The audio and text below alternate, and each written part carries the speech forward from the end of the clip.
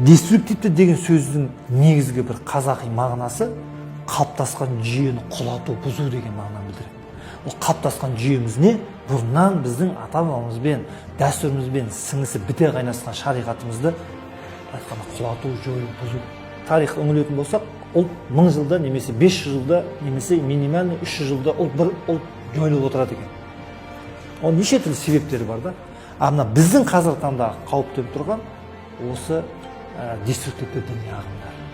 Ол топқа түскендер көбісі беташар тойын жасатпайды, келіннің сәлем салуына мүлдем қарсы. Неге деген сұрақ қойсаң, айтады, біз адамға елмейміз, біз Аллаға елеміз дейді. Бұл дұрыс емес, бұл дәстүр дейді.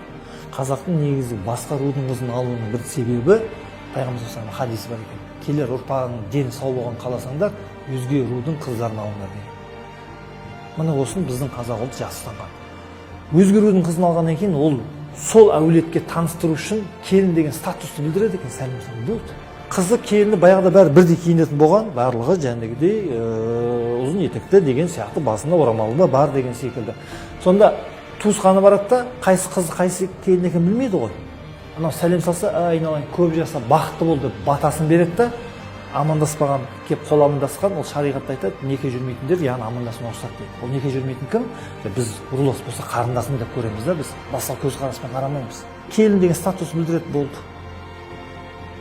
Келіннің сәлем салу осы.